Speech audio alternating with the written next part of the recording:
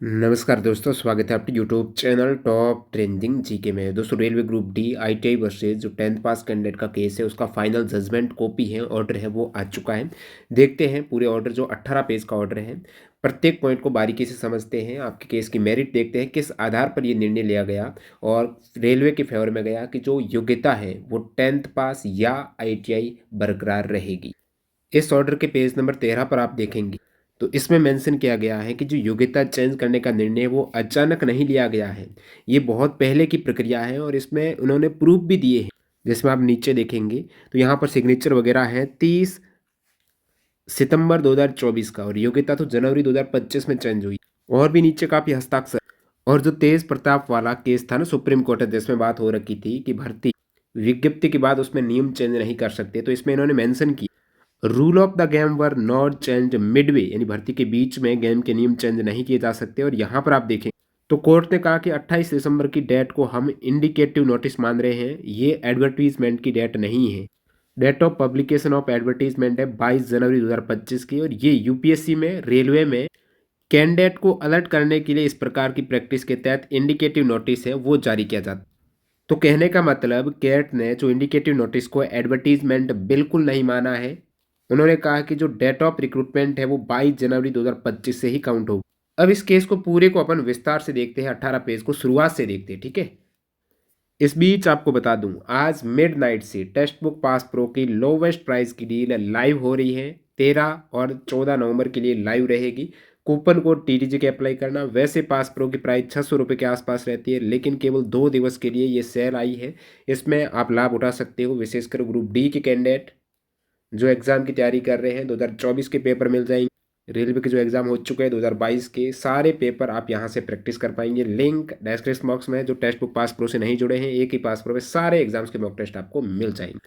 ये पूरा आपका जजमेंट का ऑर्डर है, इंग्लिश में है। मैंने इसको हिंदी में ट्रांसलेट किया है, थोड़ा इजी लैंग्वेज में, क्योंकि जो कोर्ट की लैंग्वेज टर्म्स होती है वो डायरेक्टली इंग्लिश में समझ में नहीं आती।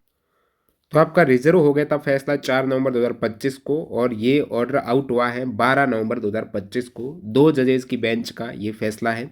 और केस का विषय आप सभी को पता है, ग्रुप डी लेवल 1 में न्यूनतम शैक्षणिक योग्यता है, उसमें बदलाव को लेकर है। पहले योग्यता 10th प्लस आईटीआई थी, परंतु नया नोटिफिकेशन CN08/2024 में योग्यता 10वीं पास या आईटीआई करने के खिलाफ 4 उम्मीदवार हैं। ये उम्मीदवार के नाम है, इन्होंने कैट में याचिका दायर की है। और जो उम्मीदवार जिन्होंने आईटीआई कैंडिडेट है, इन्होंने अपनी एप्लीकेशंस की याचिका में क्या मांग की है कि जो आपका ग्रुप डी का नोटिफिकेशन है उसको रद्द किया जाए, क्योंकि बिना पर्याप्त प्रचार की योग्यता घटाई गई, जिससे अनुचित प्रतिस्पर्धा है वो उत्पन्न हुई है। साथ ही साथ याचिकाकर्ताओं ने मांग की कि भर्ती को पुरानी योग्यता यानी 10th प्लस आईटीआई के साथ चलाया जाए और अन्य आवश्यक राहत न्याय हित में प्रदान की जाए। अब याचिकाकर्ताओं के मुख्य तर्क आप देखेंगे, किस बेस पर ये स्टेटमेंट क्या है इनका कि योग्यता क्यों यहाँ पर चेंज होनी चाहिए। तो 2018 से आईटीआई पक्ष के कैंडिडेट का कहना है कि 2018 से लगातार रेलवे की जो अधिसूचनाएं आ रही थी, नोटिसेज आ रहे थे, उसमें 10वीं प्लस आईटीआई की पात्रता रही है, ये आईटीआई कैंडिडेट का कहना। और छात्रों ने इसी आधार पर आईटीआई का कोर्स कर लिया। और लगभग यहाँ पर एक डाटा आया है 39 लाख कैंडिडेट इन्होंने आईटीआई किया, और इस उम्मीद में कि यही योग्यता आवश्यक है। अचानक बदलाव से उन छात्रों के साथ असमानता व विहित अपेक्षा का उल्लंघन हुआ है। इससे 10वीं पास छात्र भी पात्र हो गए, जिससे प्रतिस्पर्धा बहुत बढ़ गई। ये बदलाव पर्याप्त प्रचार या सूचना के बिना किया गया है, डायरेक्टली ये बदलाव किया गया है। इसके खिलाफ ये कोर्ट में गई। उनके समर्थन में कोर्ट का सुप्रीम कोर्ट का तेज प्रकाश पाठक बनाम राजस्थान हाईकोर्ट का फैसला है, जिसमें सुप्रीम कोर्ट ने यह कहा था कि रिक्रूटमेंट के रूल्स ऑफ द गेम यानी नियम एक बार तय होने के बाद बीच में नहीं बदले जा सकते। उम्मीदवारों को यही पॉइंट के आधार पर, इन्हीं का यही एक मजबूत पॉइंट था, लेकिन कैट ने इसको भी खारिज कर दिया। पहले कैट में क्या हुआ था, जब शुरुआत में ये कैट में गया आपका केस, जो बात कर रहे हैं अपन 14 फेब 2025 को, तो उसमें कैट ने कहा था कि ये मामला कुछ हद तक पब्लिक इंटरेस्ट लिटिगेशन जैसा है, यानी इसमें कैंडिडेट का व्यक्तिगत अधिकारों का हनन नहीं हुआ है। वो अभी भी एग्जाम देने के पात्र हैं, याचिकाकर्ता अभी भी परीक्षा में बैठने के योग्य हैं। वे अन्य उम्मीदवारों को रोकने का अधिकार नहीं रखते हैं, इसलिए उनको अंतरिम राहत जो स्टे का ऑर्डर है वो नहीं दिया था। भर्ती पर स्टे फिर ये हाईकोर्ट में गए और हाईकोर्ट ने भर्ती पर स्टे दिया, और साथ ही साथ लास्ट में कैट को ये निर्देशित किया कि 1 महीने के भीतर सुनवाई पूरी की जाए, और कैट अपने विवेक से निर्णय लेगा, हाईकोर्ट के ऑर्डर से प्रभावित नहीं होगा। अब बात करते हैं रेलवे जो सामने थे आईटीआई पक्ष के, उनके मुख्य स्टेटमेंट, मुख्य तर्क क्या है। उन्होंने, उनका स्टेटमेंट है कि ये केस पीआईएल जैसी प्रकृति का है, यानी व्यक्तिगत अधिकार का यहाँ पर उल्लंघन नहीं हुआ, किसी इंडिविजुअल का अधिकार है, जैसे एग्जाम देने से वंचित नहीं किया जा रहा किसी को। योग्यता तय करना ये एम्प्लॉयड यानी रेलवे का अधिकार है पॉलिसी बनाने का, इसमें न्यायालय दखल नहीं दे सकता है। और याचिकाकर्ताओं ने कोई आधिकारिक प्रतिनिधित्व पहले नहीं किया, यानी यहाँ पर आईटीआई पक्ष के कैंडिडेट का ऐसा कोई प्रतिनिधित्व है रेलवे के पास नहीं आया है, इस योग्यता के रिगार्डिंग कोई कंप्लेन वगैरह है, सीधे वो कोर्ट में पहुंच गई। साथ ही साथ केस में जो एफिडेविट संबंधित गलत दस्तावेज है, गलत हस्ताक्षर है और अनअधिकृत व्यक्ति के हस्ताक्षर भी पाए गए। ये बाद में रेलवे ने दलील दी थी, जो 4 नाम थे याचिकाकर्ताओं में, इसमें हस्ताक्षर वगैरह में मिसमैच है वो पाया गया था।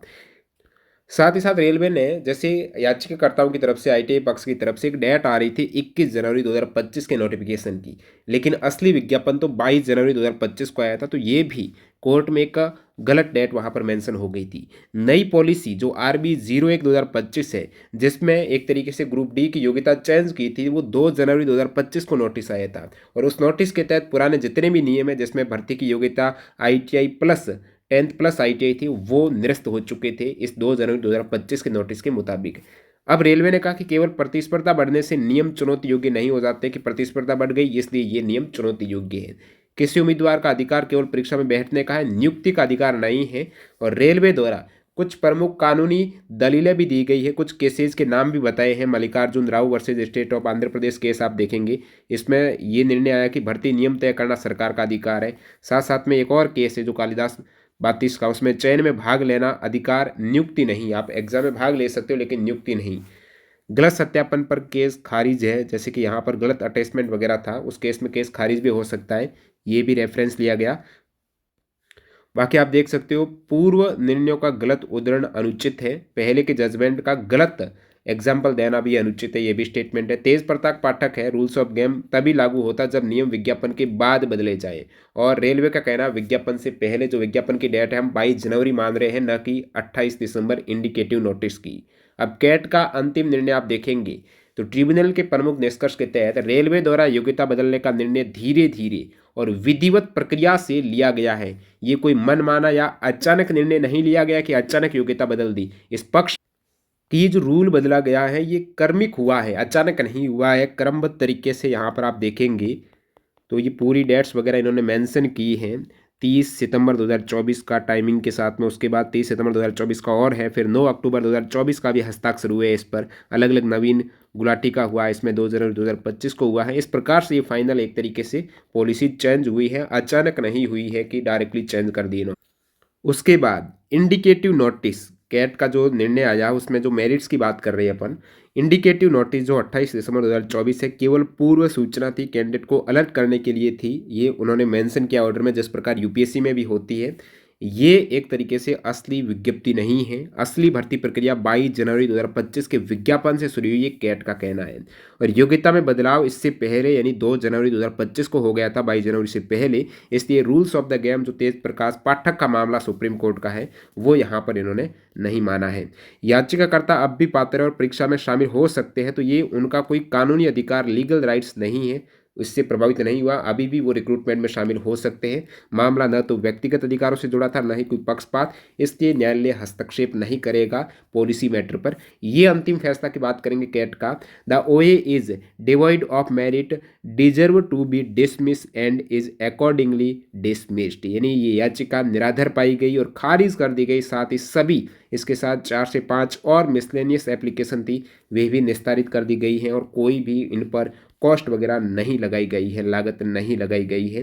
तो ये बीच में आप देखेंगे तो जो पेज इंसर्ट हुए थे उसमें था कि हमने देखा कि न्यूनतम शैक्षणिक योग्यता बदलने का ये निर्णय रेलवे मंत्रालय की फाइलों में काफ़ी समय से विचाराधीन था, ये कैट ने कहा है, और रेलवे ने प्रस्तुत किया इसका डॉक्यूमेंट। ये कोई अचानक या उथल फुथल प्रकार का फैसला नहीं था, बल्कि धीरे धीरे चर्चा और विचार विमर्श, तो आपने हस्ताक्षर वगैरह देखे हैं। ये निर्णय न तो मनमाना था और न ही जल्दबाजी में लिया गया था, न किसी के साथ भेदभाव या अन्याय करने के उद्देश्य से। ये रेलवे का स्टेटमेंट और कैट ने इसको सत्यापित किया। देखिए यहाँ पर एक पॉइंट था जहाँ पर अप्रमाणित गलत दस्तावेज हस्ताक्षर, बहुत जगह पर रिप्रेजेंटेशंस या फिर सपोर्टिंग डॉक्यूमेंट पर हस्ताक्षर वेरिफिकेशन के मामले में त्रुटियां हैं, कुछ रिप्रेजेंटेशन या अन्य व्यक्ति द्वारा दी गई है, न कि इन एप्लीकेंट्स के द्वारा जो है उनके द्वारा रिप्रेजेंटेशन नहीं दी गई है। तो ये मिस रिप्रेजेंटेशन और फ्रॉड का आरोप भी रेलवे ने लगाया था। साथ ही साथ ओए का एफिडेविट सही तरीके से वेरीफाई या अटेस्ट नहीं हुआ, कैट के नियमों का उल्लंघन हुआ, ये भी आरोप आया था। लेकिन यहाँ पर कैट का जो जजमेंट आया ना, देखिए जो ये गलत रिप्रेजेंटेशन हुआ है, हस्ताक्षर वगैरह का मामला था, तो कैट ने इस आधार पर इसको खारिज नहीं किया है। इसमें इन्होंने मेंशन किया था जिसमें ट्रिब्यूनल ने इस दावे को परखा पर मुख्य रूप से मेरिट्स पर पहुंचा है ये, क्योंकि सब्सटेंटिव इश्यूज है। ट्रिब्यूनल ने तकनीकी कमियों का हवाला लिया पर पूरी तरह से इसे केस डिसमिसल का कारण नहीं बनाया। इन्होंने पूरा पॉइंट बाय पॉइंट बताया सॉरी, तो पॉइंट बाय पॉइंट इन्होंने बताया है, न कि इस आधार पर खारिज कर दिया कि इसमें हस्ताक्षर वगैरह गलत है, ये भी कैट ने मेंशन किया। तो इस प्रकार ये पूरे मामले को आपको संक्षिप्त में और पॉइंट बाय पॉइंट बताने की कोशिश की है। कोई डाउट है तो आप कमेंट सेक्शन बता सकते हैं। रही बात आगे क्या होगा, बाकी यहाँ पर लगभग क्लियर हो चुका है।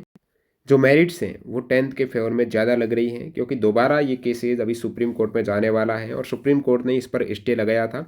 अब वहाँ पर क्या ये मामला दोबारा टिकता है या फिर नहीं टिकता है, वो बाद में देखने को मिलेगा। और रेलवे इस पर क्या करता है, कोई भी अपडेट आता तो आप टेलीग्राम से जुड़ जाना।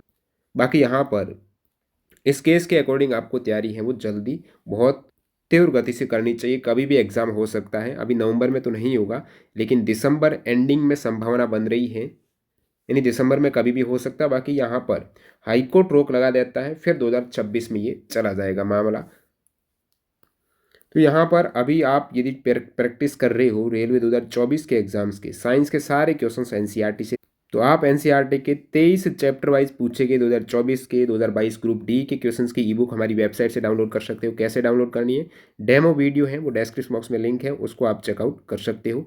यहाँ पर आप जैसे ही क्लिक करेंगे तो हर चैप्टर वाइज क्वेश्चंस का डिटेल एक्सप्लेनेशन है। इस पर कोर्स भी है सब्जेक्ट के, एनसीईआरटी के 9th 10th के चैप्टर वाइज कोर्स हैं, जिसमें बिल्कुल एग्जाम पर सहित जो डीपली क्वेश्चंस रहते हैं सारा आपको डिटेल में मिल जाएगा। प्रीवियस ईयर के पेपर वगैरह चैप्टर वाइज है, लिंक डिस्क्रिप्शन बॉक्स में चेकआउट करना। और अभी टेक्स्ट बुक पास प्रो पर ऑफर आ रहा है आज मिडनाइट से, टीटीजे के कूपन कोड से, उसको भी आप ले सकते हो। मिलते हैं नए वीडियो में, बाय बाय।